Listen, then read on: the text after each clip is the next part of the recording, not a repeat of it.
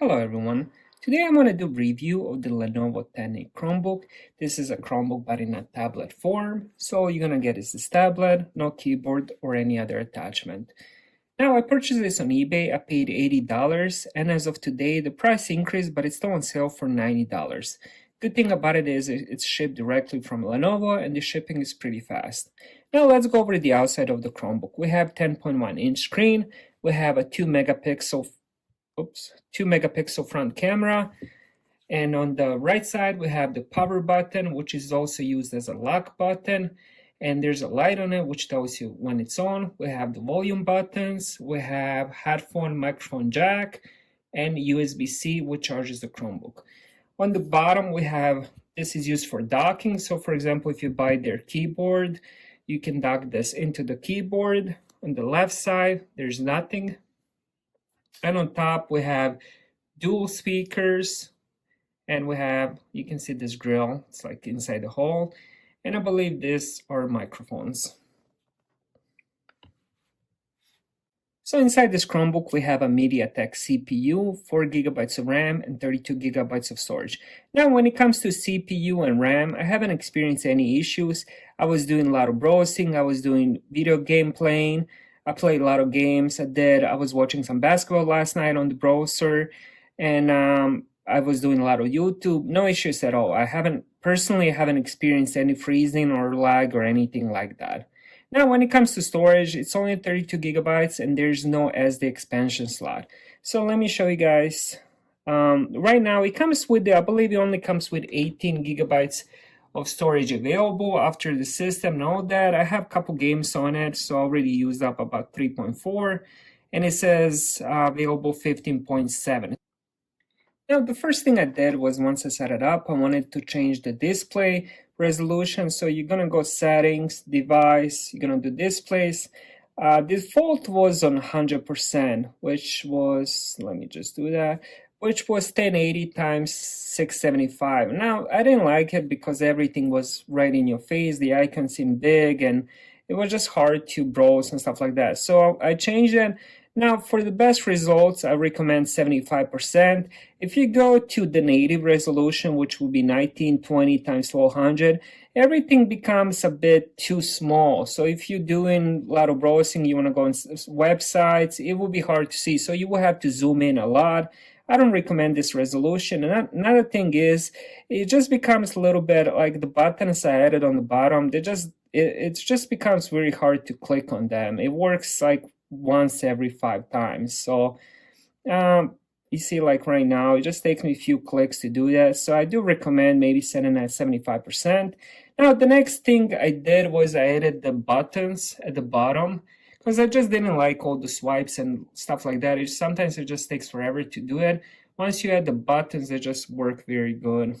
Let me just do it once I exit, and then so you get 2 extra buttons. You get the home button on the left side, and you get this where it shows you all the screen, multitask button, which is quite nice. Now the way you do it is you're gonna go settings. All I did was I just typed buttons in. I didn't want to go through all the settings. So once I typed in buttons, there's tablet navigation buttons, and it says show navigation button. So if you want to turn that off, that's the way you do it. If you want to turn it on, I do recommend that. It's just the whole experience is much faster and smoother with that on. Now let's talk about the screen. The screen is 1920 times 1200. It's an IPS display. It has 400 nits of brightness. And honestly, the screen is the best part of this Chromebook. It's a very beautiful screen. I loved using it, especially at night. It gets very bright. So you can, I usually use it around 30%, but for the sake of review, I'm going to bump it up. But it gets very, very bright. Now let's go over the sound of this Chromebook. On top we have a dual speakers, and before I even started talking about the sound, I did read a lot of reviews about this, and most of them were complaining about the sound. Personally, I don't think it's that bad. I'm not sure where they're coming from, but since I've been doing a lot of budget Chromebooks, the sound isn't that bad. Now what I did was I added this thing called, let me see, it's a Chrome extension. It's called Volume Master. Now I'm gonna play just regular volume, and then I'm gonna switch and show you the difference. But this works, especially if you're doing if you're doing sound through the browser. Now this won't work if you're using different apps and stuff like that, but if you're just using Chrome browser, this will work. Now let me show you guys the sound without that on. Let me bump the volume up to 100%.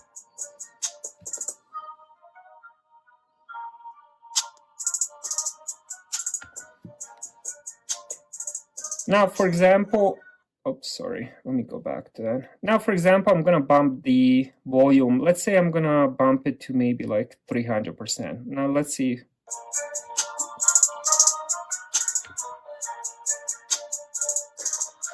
You can see it definitely makes a difference. So if you do have problems with the sound, you don't think it's loud enough, you can definitely use this Chrome extension.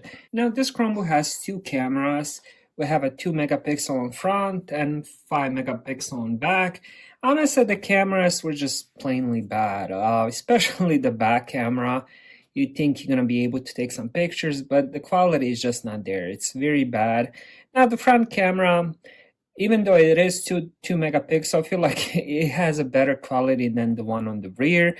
You will be able to do all your video chats, Zoom, Skype, and so on and so on. Now, since this Chromebook doesn't have its own keyboard or trackpad, you can definitely add its own. If you have it, you can use Bluetooth mouse or Bluetooth keyboard. I did use the mouse for a bit. I didn't have a Bluetooth keyboard at the moment, but it has this really cool thing. Once you connect it, the whole screen changes into a desktop mode, which is quite nice. The whole apps disappear. Now you can use it as the regular Chromebook. Now, for example, if you have it connected USB-C to HDMI, this will give you the real Chromebook experience, Chrome OS experience. Now, for example, if you turn it off, and then it switches back to the tablet mode, which is really nice thing. Another thing I liked about using the mouse, for example, if the screen goes off or you turn it off and you walk away, you can just turn it on just by clicking the mouse. That's another cool thing. So the Bluetooth keyboard, Bluetooth mouse works really well with this tablet. The battery of this Chromebook was really, really good. You can expect anywhere between 10 to 13 hours of battery life. Now, the charging it was a bit of disappointment because the charger brick that comes with it, it's only 10 watts. So the charging is very, very, very slow. I haven't encountered anything that slow in a while. So this from empty to full, it will take a few hours to charge it. So you can definitely leave this overnight to get a charge. Now, that's the bad thing, unless you have a better charger brick. So if you have 30, 40 watt charger brick, then yeah, it will be much faster. Other than that, very good battery life. Last thing I want to talk about is the gaming. I play a lot of different games. I played adventure, racing, puzzles, and so on and so on. Everything plays smoothly. Haven't experienced any lagging or glitching or anything like that. A lot of games are getting more optimized from Chrome OS. Keep in mind, this is a Chrome OS. It's not an Android tablet. So, for example, Call of Duty will not play on this unless you do some runarounds. But other than that, it was a very, very smooth experience. It's loading fast, and the graphics look really good too. So, let me show you guys. So if you're planning on buying this mostly for gaming, I definitely recommend it. In conclusion, I really enjoyed this Chromebook. I've been using it every single night. And if you can get it for $150 and under, I definitely recommend it. Right now, it's $90 on eBay, which honestly, you shouldn't even wait. Just go and buy it before they run out or the price changes. But if the tablet goes back up to $200 and under, I would still recommend that if you need that portability. Keep in mind, there's only 32 gigabytes of storage and no SD card expansion, and there's only one USB-C port, so it doesn't have any other ports. So if that doesn't bother you, I definitely recommend it. So thank you guys for watching. Please like and subscribe if you enjoyed the video, and I'll see you guys on the next one.